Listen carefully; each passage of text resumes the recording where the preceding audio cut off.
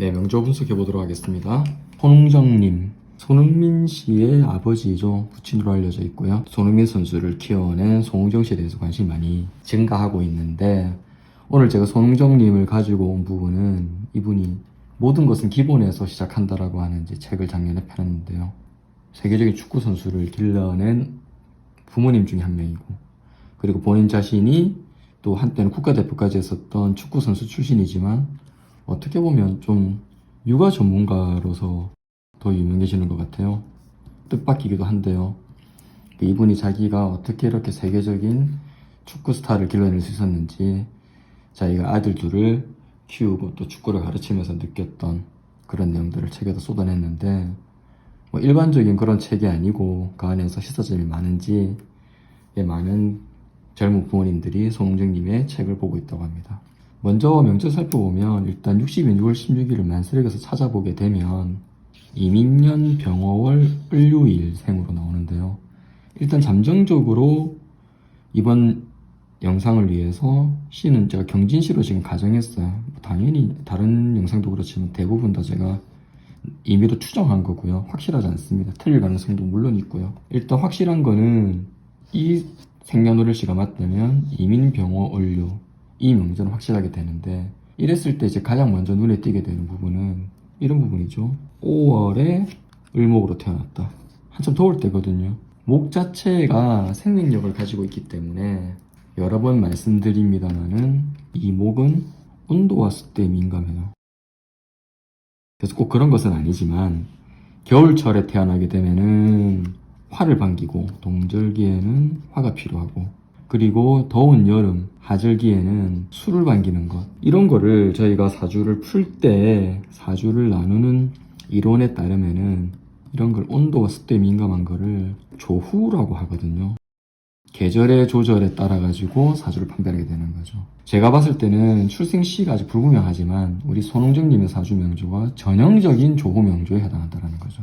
그래서 일단 1차적으로 먼저 말씀드릴 수 있는 부분은 5월 을목의 길을 받았다. 을목의 길을 받았다. 계절적 요소 이전에 먼저 이분이 타고난 일간의 을목을 말씀드리면, 을목은 당연히 목입니다. 목인데 음의 목이라는 거죠. 음의 목으로서 유연하고 부드러워요.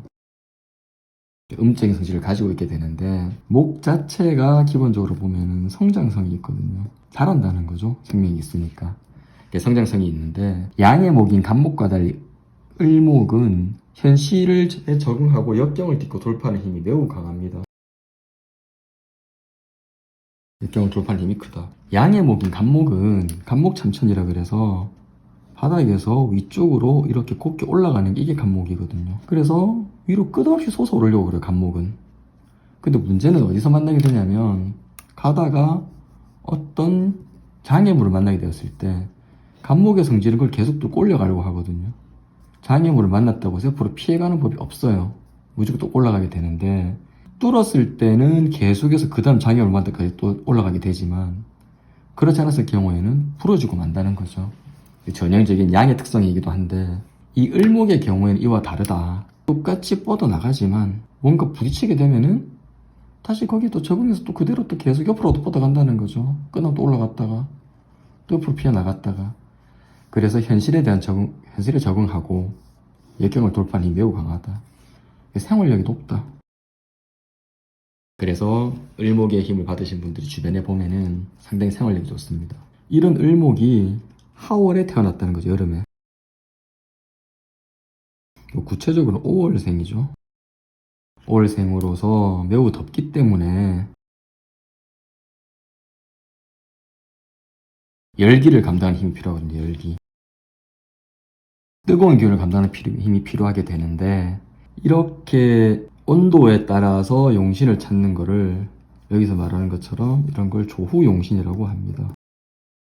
따라서 술을 가장 반기게 된다는 거죠, 술을. 근데 이 조후에 따른 부분을 볼 때 주의하셔야 되는 거는, 일단 을목이 절대 종격이 되면 안 됩니다. 그러니까 어디론가 뿌리를 내리고 있어야 되는데, 이분이 60이 호랑이띠로서 연지 임목에 뿌리를 내리고, 좀 멀지만 연간에 임수가 떴다라는 건 상당히 반갑죠. 임목의 지정간은 무토와 병화와 간목이 있기 때문에 이게 등락개갑이 되는 부분도 좋거든요. 타고 넘을 수 있는 간목이 있고 등락개갑.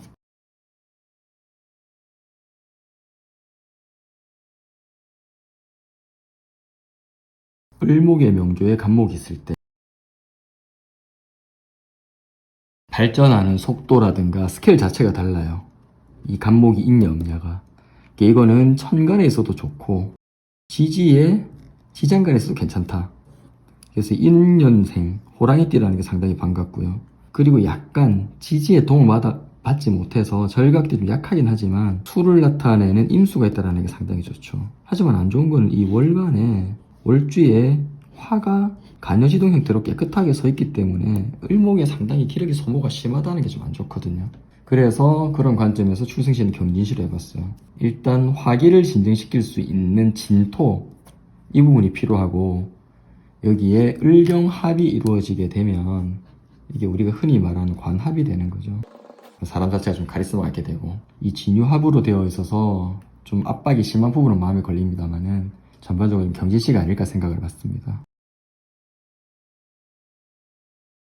화기를 진정시키는 좀 진도가 필요하고 그리고 관합이 필요하다.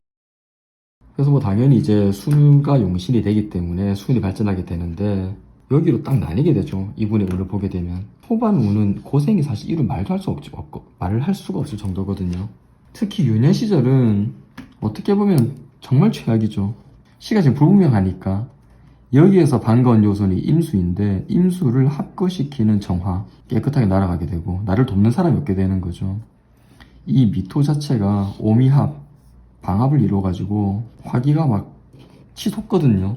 축구를 위해서 춘천까지 가셨다고 하는데 그 시기에 이 17세가 될 때까지 어려움 이루 말할 수도 없고 이 부분은 일반적으로 관사를 만나게 되면 실현과 발전이 함께 오게 되거든요.